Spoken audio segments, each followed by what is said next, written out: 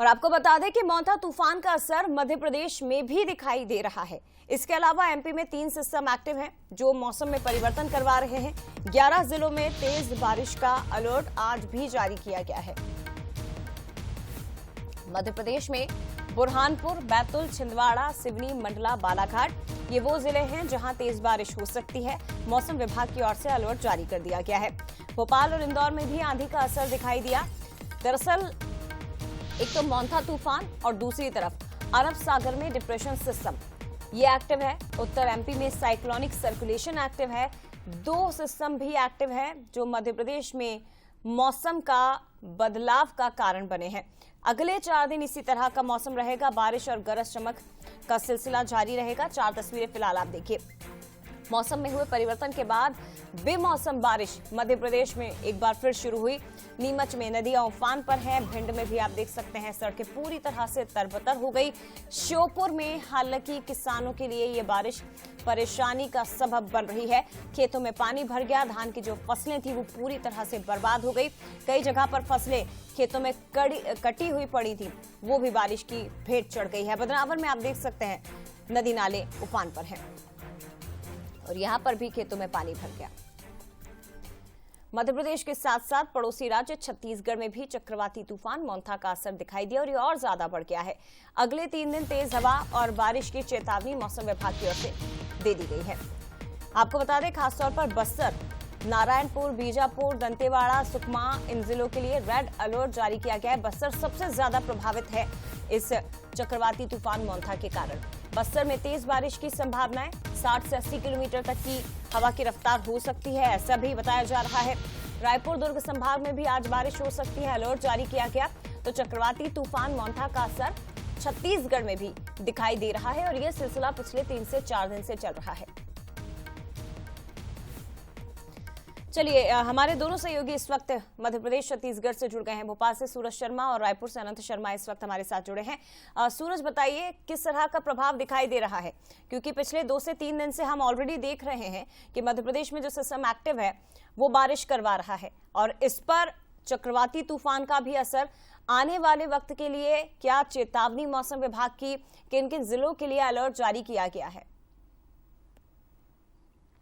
देखिए, अगले दिन 4 दिन की बात करें तो मध्य प्रदेश में मौसम बदला हुआ नजर आएगा। इसके पीछे सबसे बड़ी दोनों वजह है। एक तो चक्रवात तूफान है जो खासतौर से इसके चलते तेज हवाएं चल रही हैं, दूसरा अरब सागर की जो खाड़ी है उसमें एक डिप्रेशन साइक्लोनिक सिस्टम एक्टिव है, उसके चलते हम देख रहे हैं बारिश हो रही है। यदि मौसम की बात करें तो सुबह से आप देखिए पिछले 2 दिन से लगातार इस तरीके से हम देख रहे हैं, सुबह से लेकर दिन भर शाम तक बादल छाए हुए हैं और तेज हवाओं का दौर जो है वो जारी है। इसके चलते कहीं ना कहीं धुंध है और धुंध के चलते कहीं ना कहीं लोगों को सुबह के वक्त जो है आने जाने में समस्या हो रही है। इसके साथ ही तेज बारिश के चलते हमने देखा खासतौर से उत्तरी मध्य प्रदेश के जो जिले हैं, खासतौर से शिवपुर, भिंड और ग्वालियर की बात करें तो यहाँ पर तेज बारिश के चलते फसलें भी खराब होती नजर आ रही हैं। उज्जैन की बात हो तो उज्जैन में तेज बारिश हुई है। कई ऐसे उत्तरी मध्य प्रदेश के जिले हैं जहाँ पर लगातार तेज बारिश देखने को मिल रही है। मौसम विभाग की माने तो अगले 4 दिन तक लगभग ऐसा ही मौसम रहेगा पूरे प्रदेश में। कई जिलों में तेज बारिश का अलर्ट है तो वहीं कई स्थानों पर हल्की और मध्यम बारिश का अलर्ट माना जा रहा है, जिसके चलते कहीं ना कहीं 1 हफ्ते तक यानी कि नवंबर का जो पहला हफ्ता है वो लगभग इसी प्रकार से निकलेगा।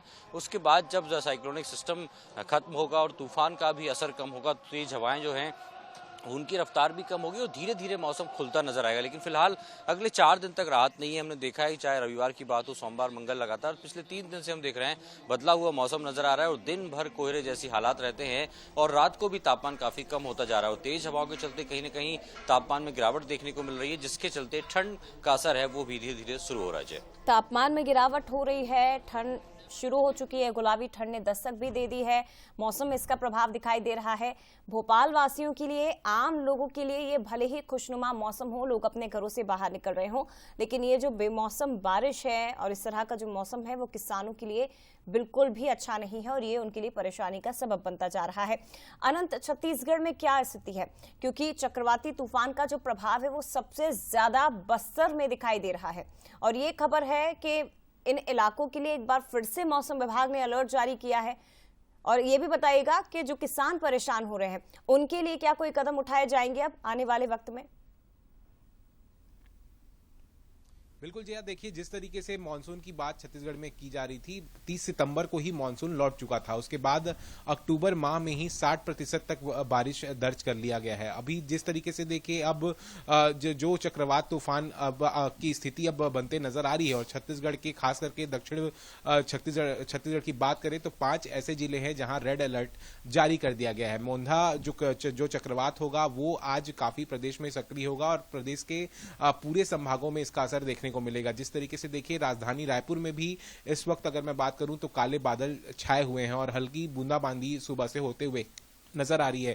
लेकिन जिस तरीके से देखा जाए मोंधा तूफान के आने के बाद जितने जो बस्तर के जो क्षेत्र हैं वो काफी प्रभावित होते नजर आएंगे, और खास करके जिन इलाकों की बात करूं जहां रेड अलर्ट जारी है, नारायणपुर, बस्तर, सुकमा, दंतेवाड़ा, इन जगहों पर जो है काफी तेज बारिश की आशंका मौसम विभाग ने जताई है।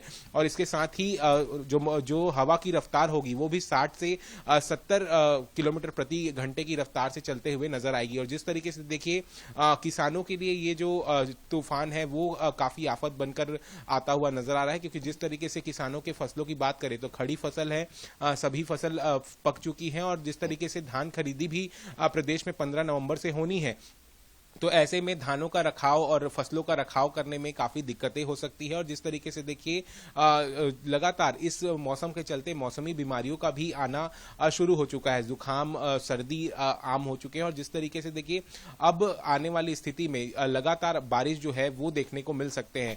आगे बड़े कार्यक्रम भी होने हैं। ऐसे में कहा यह तो जा रहा है कि 1 नवंबर तक ये जो मौसम है वो यहाँ से बदलता हुआ नजर आएगा, लेकिन जिस तरीके से प्रदेश में बड़े कार्यक्रमों में राज्योत्सव होने हैं, प्रधानमंत्री का दौरा होना है, ऐसे में ये मौसम छत्तीसगढ़ के लिए काफी आफत बनकर आता हुआ नजर आ रहा है। निश्चित तौर पर, और अक्टूबर का ही महीना जाते जाते एक अलग तरह का मौसम इसमें दिखाई दे रहा है। और छत्तीसगढ़ की अगर बात करें तो कुल मिलाकर 10 जिले ऐसे हैं जहां ऑरेंज अलर्ट और 17 जिलों के लिए येलो अलर्ट आज भी मौसम विभाग की ओर से जारी किया गया है। फिलहाल बहुत धन्यवाद आपका अनंत, और सूरज आपका भी बहुत शुक्रिया तमाम जानकारी हम तक पहुंचाने के लिए।